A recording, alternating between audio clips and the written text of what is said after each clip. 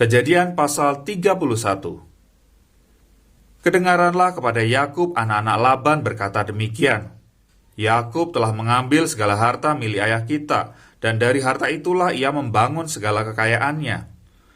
Lagi kelihatan kepada Yakub dari muka Laban bahwa Laban tidak lagi seperti yang sudah-sudah kepadanya.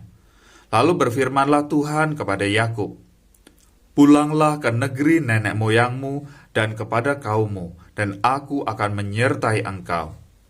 Sesudah itu Yakub menyuruh memanggil Rahel dan Lea untuk datang ke padang ke tempat kambing dombanya, lalu ia berkata kepada mereka, "Telah kulihat dari muka ayahmu bahwa ia tidak lagi seperti yang sudah-sudah kepadaku, tetapi Allah ayahku menyertai aku.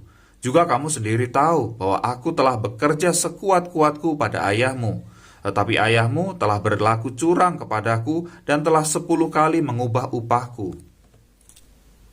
Tetapi Allah tidak membiarkan dia berbuat jahat kepadaku. Apabila ia berkata, yang berbintik-bintiklah akan menjadi upahmu, maka segala kambing domba itu beroleh anak yang berbintik-bintik. Dan apabila ia berkata, yang bercoreng-corenglah akan menjadi upahmu, maka segala kambing domba itu beroleh anak yang bercoreng-coreng.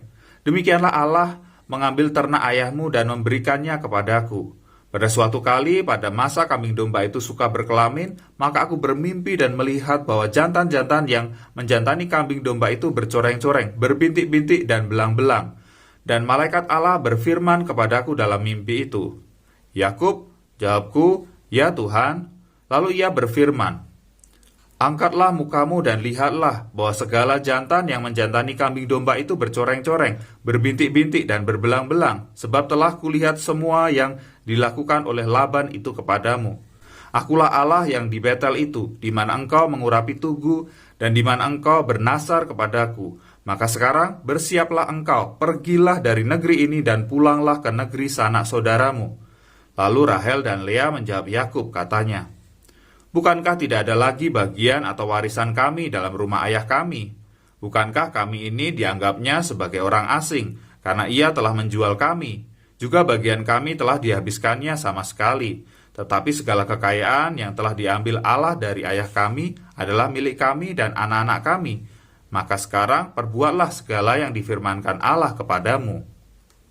Lalu bersiaplah Yakub, dinaikkannya anak-anaknya dan istri-istrinya ke atas unta, digiringnya seluruh ternaknya dan segala apa yang telah diperolehnya, yakni ternak kepunyaannya yang telah diperolehnya di Padan Aram, dengan maksud pergi kepada Ishak ayahnya ke tanah Kanaan.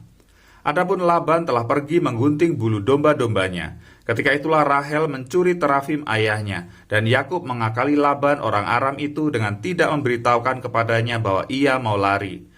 Demikianlah ia lari dengan segala harta miliknya. Ia berangkat menyeberangi sungai Efrat dan berjalan menuju pegunungan Gilead. Ketika pada hari ketiga dikabarkan kepada Laban bahwa Yakub telah lari, dibawanyalah sanak saudaranya bersama-sama. Dikejarnya Yakub 7 hari perjalanan jauhnya, lalu ia dapat menyusulnya di pegunungan Gilead. Pada waktu malam datanglah Allah dalam suatu mimpi kepada Laban, orang Aram itu, serta berfirman kepadanya, "Jagalah baik-baik, supaya engkau jangan mengatai Yakub dengan sepatah kata pun." Ketika Laban sampai kepada Yakub, Yakub telah memasang kemahnya di pegunungan. Juga Laban dengan sanak saudaranya telah memasang kemahnya di pegunungan Gilead. Berkatalah Laban kepada Yakub, "Apakah yang kau perbuat ini? Maka engkau mengakali aku dan mengangkut anak-anakku perempuan sebagai orang tawanan. Mengapa engkau lari diam-diam dan mengakali aku? Mengapa engkau tidak memberitahu kepadaku supaya aku menghantarkan engkau dengan sukacita dan nyanyian dengan rebana dan kecapi? Lagi pula engkau tidak memberikan aku kesempatan untuk mencium cucu-cucuku laki-laki dan anak-anakku perempuan. Memang bodoh perbuatanmu itu. Aku ini berkuasa untuk berbuat jahat kepadamu, tetapi Allah ayahmu telah berfirman kepadaku tadi malam, jagalah baik-baik, jangan engkau mengatai Yakub dengan sepatah kata pun. Maka sekarang, kalau memang engkau harus pergi semata-mata karena sangat rindu ke rumah ayahmu, mengapa engkau mencuri dewa-dewaku?" Lalu Yakub menjawab Laban, "Aku takut karena pikirku jangan-jangan engkau merampas anak-anakmu itu daripadaku. Tetapi pada siapa engkau menemui dewa-dewamu itu, janganlah ia hidup lagi. Periksalah di depan saudara-saudara kita segala barang yang ada padaku dan ambillah barangmu. Sebab Yakub tidak tahu bahwa Rahel yang mencuri terafim itu. Lalu masuklah Laban ke dalam kemah Yakub dan ke dalam kemah Lea dan ke dalam kemah kedua budak perempuan itu. Tapi terafim itu tidak ditemuinya. Setelah keluar dari kemah Lea, ia masuk ke dalam kemah Rahel. Tetapi Rahel telah mengambil terafim itu dan memasukkannya ke dalam pelana untanya dan duduk di atasnya. Laban menggeledah seluruh kemah itu, tetapi terafim itu tidak ditemuinya. Lalu kata Rahel kepada ayahnya, "Janganlah Bapa marah, karena aku tidak dapat bangun berdiri di depanmu, sebab aku sedang haid." Dan Laban mencari dengan teliti, tetapi ia tidak menemui terafim itu. Lalu hati Yakub panas dan ia bertengkar dengan Laban. Ia berkata kepada Laban, "Apakah kesalahanku? Apakah dosaku? Maka engkau memburu aku sehebat itu. Engkau telah menggeledah segala barangku. Sekarang apakah yang kau temui dari segala barang rumahmu? Letakkanlah di sini di depan saudara-saudaraku dan saudara-saudaramu, supaya mereka mengadili antara kita berdua. Selama 20 tahun ini aku bersama-sama dengan engkau. Domba dan kambing betinamu tidak pernah keguguran, dan jantan dari kambing dombamu tidak pernah kumakan. Yang diterkam oleh binatang buas tidak pernah kubawa kepadamu. Aku sendiri yang menggantinya. Yang dicuri orang baik waktu siang, baik waktu malam, selalu engkau tuntut daripadaku.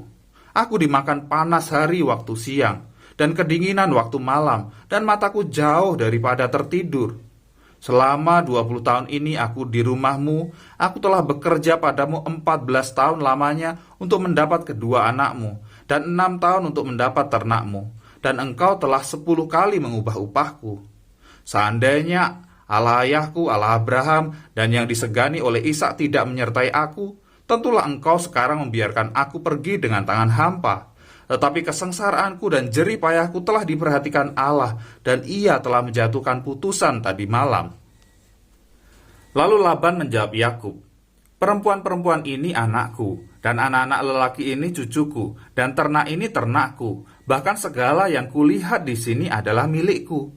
Jadi apakah yang dapat kuperbuat sekarang kepada anak-anakku ini atau kepada anak-anak yang dilahirkan mereka? Maka sekarang marilah kita mengikat perjanjian, aku dan engkau, supaya itu menjadi kesaksian antara aku dan engkau." Kemudian Yakub mengambil sebuah batu dan didirikannya menjadi tugu. Selanjutnya berkatalah Yakub kepada sanak saudaranya, "Kumpulkanlah batu." Maka mereka mengambil batu dan membuat timbunan. Lalu makanlah mereka di sana di dekat timbunan itu. Laban menamai timbunan batu itu Yegar Sahaduta, tetapi Yakub menamainya Galet. Lalu kata Laban, "Timbunan batu inilah pada hari ini menjadi kesaksian antara aku dan engkau." Itulah sebabnya timbunan itu dinamainya Galet. Dan juga Misbah, sebab katanya, "Tuhan kiranya berjaga-jaga antara aku dan engkau apabila kita berjauhan. Jika engkau mengaibkan anak-anakku, dan jika engkau mengambil istri lain di samping anak-anakku itu, ingatlah, walaupun tidak ada orang dekat kita, Allah juga yang menjadi saksi antara aku dan engkau." Selanjutnya kata Laban kepada Yakub, "Inilah timbunan batu, dan inilah tugu yang kudirikan antara aku dan engkau. Timbunan batu dan tugu inilah menjadi kesaksian bahwa aku tidak akan melewati timbunan batu ini mendapatkan engkau, dan bahwa engkau pun tidak akan melewati timbunan batu dan tugu ini mendapatkan aku dengan berniat jahat. Allah Abraham dan Allah Nahor, Allah ayah mereka, kiranya menjadi hakim antara kita." Lalu Yakub bersumpah demi yang disegani oleh Ishak ayahnya. Dan Yakub mempersembahkan korban sembelihan di gunung itu. Ia mengundang makan sanak saudaranya, lalu mereka makan serta bermalam di gunung itu. Keesokan harinya pagi-pagi Laban mencium cucu-cucunya dan anak-anaknya serta memberkati mereka. Kemudian pulanglah Laban kembali ke tempat tinggalnya. Demikian pembacaan Alkitab hari ke-15 yang terambil dari Mazmur pasal 9 ayat 13 sampai dengan 21, Matius pasal 12 ayat 1 sampai dengan 21, dan Kejadian pasal 31. Sampai jumpa besok, Tuhan Yesus memberkati.